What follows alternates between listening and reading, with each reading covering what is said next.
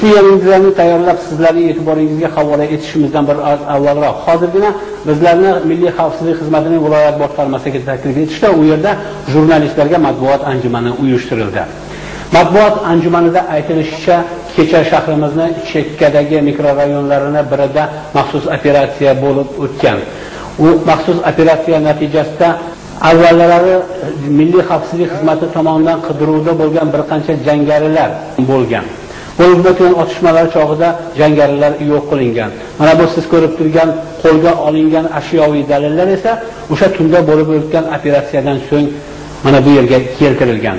Milliy xavfsizlik xizmati viloyat boshqarmasida bo'lib o'tgan matbuot anjumani haqidagi maxsus reportajni ikkinchi yangiliklarimizdan so'ng tomosha qilishingiz mumkin.